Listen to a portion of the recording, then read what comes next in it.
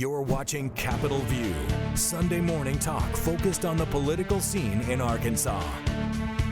Well, we are just 3 days away from the general election. More than 300,000 Arkansans voted early. We have analysis today with Michael Cook for the Democrats, Sylvester Smith for the Republicans. I would point out that Sylvester is an attorney, lobbyist, and GOP strategist. Michael Cook is a Democratic strategist and consultant. Thank you both for being here. It's good to have you. Thank you for having us. All right. Thank you for having us, Roby. Glad to be here. Let's begin with the highest profile races in the state this year. That is going to be the Arkansas governor's race and the U.S. Senate race. I mean, those are arguably the two big ones right there. I'll start with Michael first. What are expectations for what will happen in those two races? Well, be honest with me, buddy. As a Democrat, I can tell you what I hope would happen, but the reality is, both the Republicans and both Senator John Bozeman, of course, is leading, based on your polling from Talk Business, leading very strongly against Democratic nominee Natalie James. So Natalie James is a great person doing all she can, but I think we all know how that race is going to go. Sarah Sanders versus Chris Jones. Chris Jones being the Democratic nominee. It's interesting, your polling has picked up twice in a row that she was only 10 points ahead of Chris Jones, even though she spent close to $13 million. And she's just, we know how that race is probably going to go as well, but the expectations on her vote share may be much lower than people might expect it to be. Yeah. What are your expectations on election night for those two races? Roby, the Republicans are going to win. The Republicans are going to win. The Republicans are going to win. Thank you, man. This has been a great show. Now, I fully expect, like Mike, that John Bozeman will win. John has been a dynamic senator, well-known Arkansas elected official who, frankly, really does earn the title of elder statesman as our senior senator.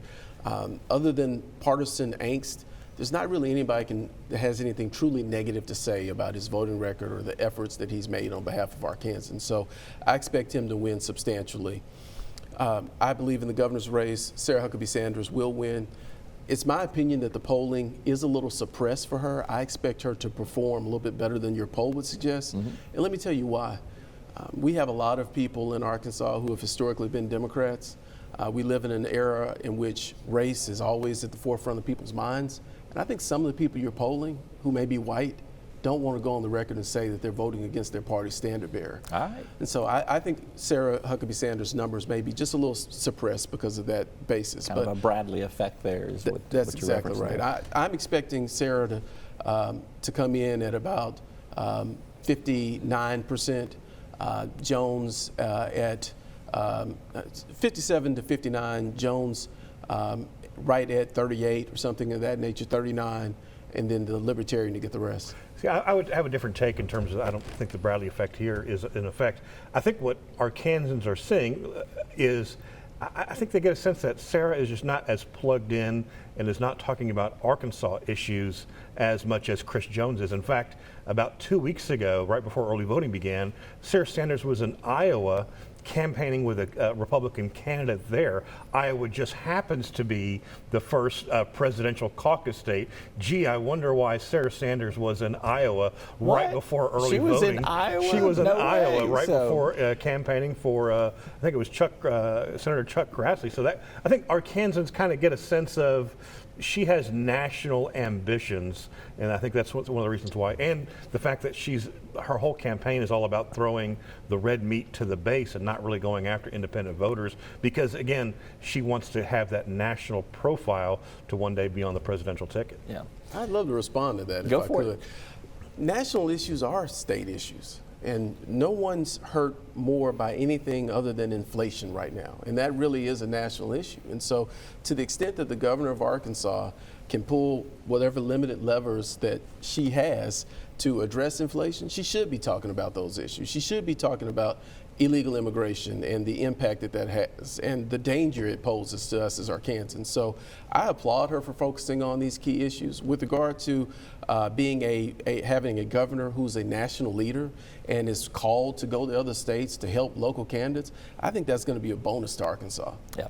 All right. I would love to do more on this race, but we got some others to get to. I would just say one other thing on that. I haven't heard any specifics as to what she's going to do about inflation and illegal immigration. She's talked about those things as problems, but I haven't seen any specifics on that. Perhaps we will learn more between now and Tuesday. No, I don't think so. All right, there's some other constitutional officer races on the ballot. Do we expect any surprises on that? Sylvester, I'll let you go first. Only if seeing the Republicans sweep would be a surprise. I fully expect the Republicans to prevail up and down the ballot. Tim Griffin, who is well known, I expect him to perform very well. Leslie Rutledge will perform very well, and all the way down to the auditor's race. Interestingly enough, if you look at where our state is today, Doc Washburn, who was Sarah Huckabee Sanders' opponent in the Republican primary, received almost as many votes as Chris Jones received in the Democratic primary as the victor. And so I think that's an indication of where our state is going. In Parliament, there's a term that they have for certain members of the party, and they call them backbenchers, and those are the ones that are not out front in leadership. The Democratic Party has devolved to the point where all of their candidates, with the exception of Mr. Jones, are frankly backbenchers. And so I don't expect them to make any headway at all in any of those races. Did Democrats pull any surprises in those constitutional races? Well, first I'd take issue. I don't think there are any backbenchers. I think all of our, with one clear exception for statewide office, they're all Would this be the auditor Yes, that one I will have to. Johnson? I will have Okay. to concede. But all others, these are all great candidates running in a red state. From Kelly Crop for Lieutenant Governor, Jesse Gibson for Attorney General, Annabeth Gorman for Secretary of State. These are all good, strong candidates, but the reality is they're running in a red state and they're not near as funded as their Republican opponents. So unfortunately, they're doing all they can. They've got good, all three of them have good, sharp messages, but they're running against some serious headwinds in this general election, to put it mildly. All right, tell me this, which on the Republican side and on the Democrat side, I'll let you answer each for your respective parties here. Which Republican, which Democrat has run the best campaign of 2022 of the full election cycle? I'll correct you if you're wrong. But go ahead, Sylvester. Well, of course, I'd have to say Sarah Huckabee Sanders, just due to the fact that her national network and credibility has allowed her to raise more money than anyone has ever raised running for that office. Her father's still a friend and mentor of mine, and we laughed. In the first quarter, she raised more than he did in his entire political career, I believe. And so she's run a dynamic campaign, and I believe she's going to bring all those other Republicans up with her on Tuesday. I would take the opposite. I think Chris Jones of the statewide races has run the best of the Democratic candidates this time around. He's done a good job of uniting the Democratic base. A lot of excitement behind him on the Democratic side. He's had a clear message of real optimism for Arkansas's future. And I think he'll do well. I mean, well for a Democrat on a statewide basis, but he'll do well. Does he break 40%?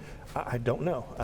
We'll wait and see. Well, I was trying to get you to put some money on it, Michael. Come on. So I will agree with you. I think Chris Jones has run the best campaign for the Democrats in this election cycle. I think John Bozeman has run a better campaign, the best campaign among the Republicans. And I say this for this reason. In the primary, he had to navigate some very tricky waters with Jan Morgan and Jake Beckett out there attacking him from his right flank.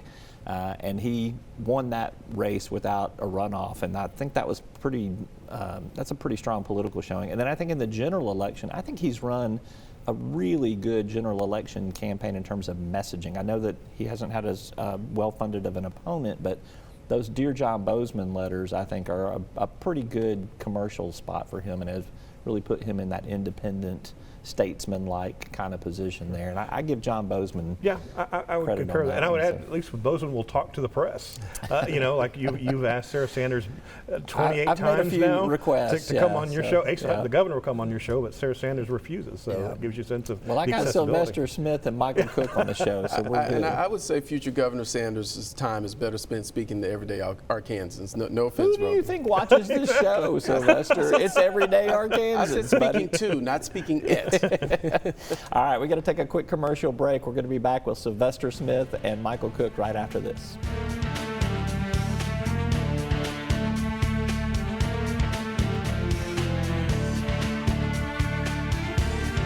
You're watching Capitol View, Sunday morning talk focused on the political scene in Arkansas.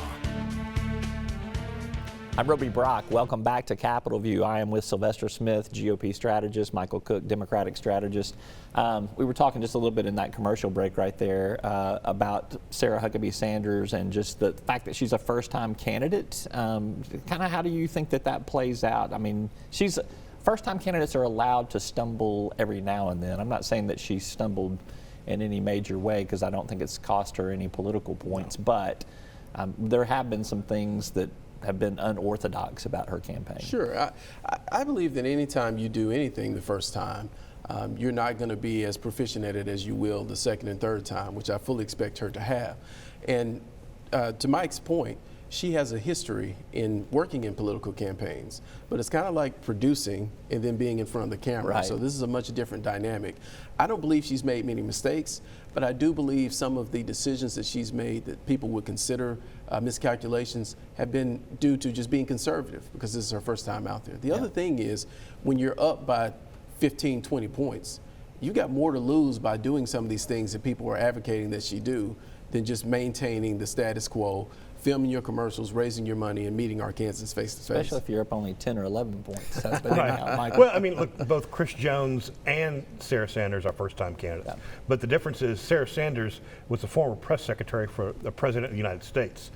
And she's the daughter of a former governor. She's a political operative. This is not somebody who just walked in off the street with no experience. She's been around the political game for quite a while, so she probably has a lot more skills than many other first-time candidates for statewide office. All right, let's move on and talk about. Can I just brief rebuttal? When you raise $14 million and you win by 8 to 10 points, I think winning fixes everything. I will tell you that 8 to 10 points is a landslide victory. I mean, we've kind of lost that in this day and age of Republicans winning by 20 points, on some of these races. But I mean, I can remember a 55-45 victory for someone in a general election. That's a landslide victory. Right. That's not close. So we'll see where things land.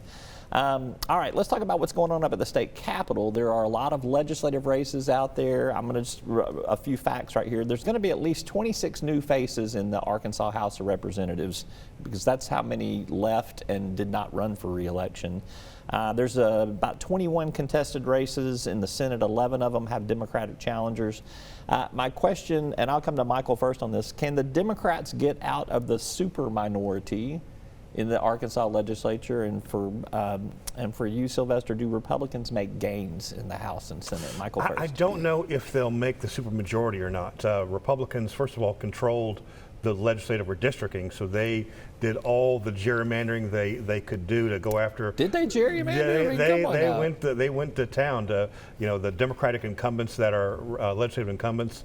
There's going to be some that are in trouble because of their districts being drawn, and of course this being a tough coming into the October-November. It's been a tough kind of headwinds against Democrats. So I don't know if we'll break the supermajority, but I'm hopeful because we have got a lot of good candidates around the state doing all they can to win. Do Republicans make gains in the Senate and the House from their current supermajorities? I do expect minor gains in both chambers, and to Mike's point about gerrymandering, you don't have to gerrymander when you're winning the battle of ideas. Arkansans prefer Republican values, and that's why we're winning, not because of any ability to redraw lines. And so I would expect modest gains. But Roby, I'd say this, and I was speaking to a Republican friend of mine. At some point, you can have too much, because when you control everything, then you have to accept responsibility for all of the outcomes, good and bad. And so we do need to be mindful about becoming victims of our own success, because there was a 50-decade period in which the Democrats controlled everything and lost it. Yep. And so we need to learn from the lessons of that party.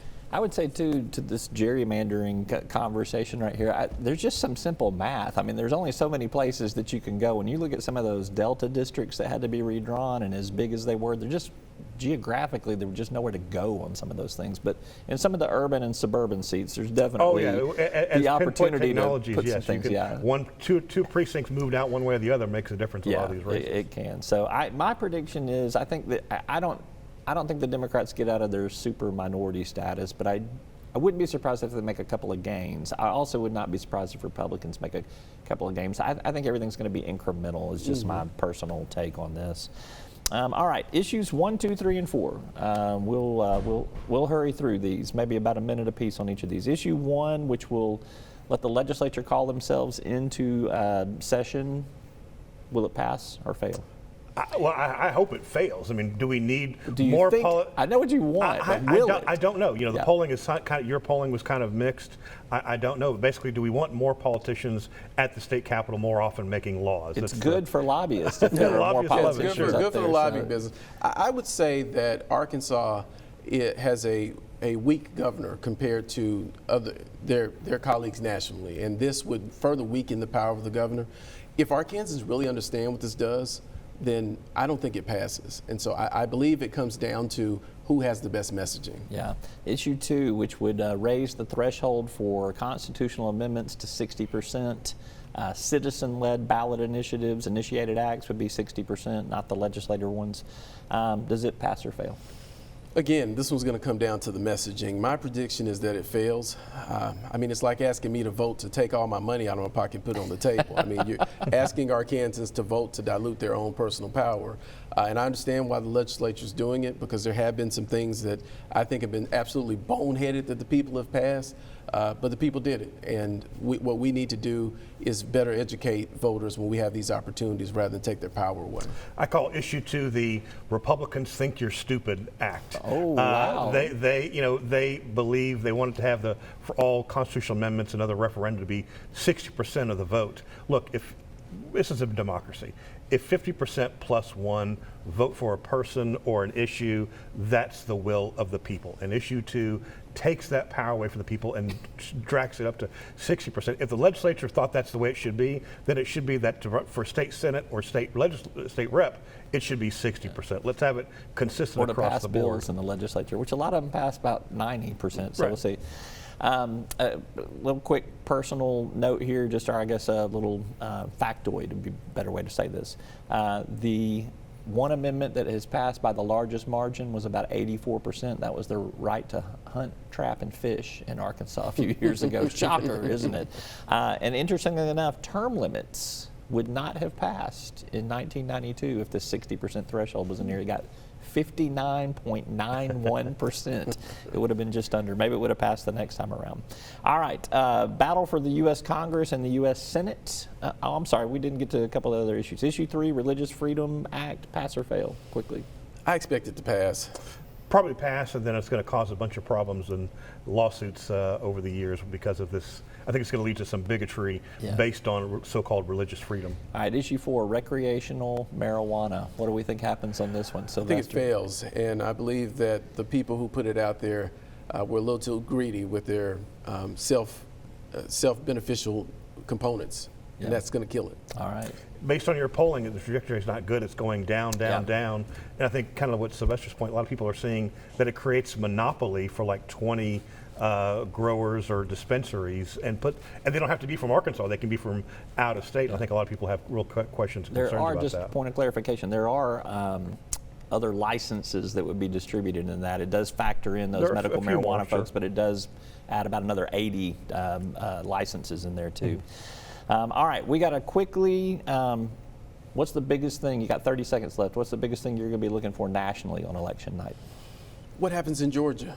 Whether or not Republicans can get behind a seriously flawed candidate just for the benefit of the majority. How about you, Michael? I think the House is gone for Democrats. It's going to be a fight for the U.S. Senate. Can Democrats hold on to their slim majority, or is it going to be where Georgia goes into a runoff and we have to wait 3 to 4 weeks? I fear that that's what's going to happen. All right, Michael Cook, Sylvester Smith, as always, thanks for being here. Thank you. Thank you. We're back with more right after this.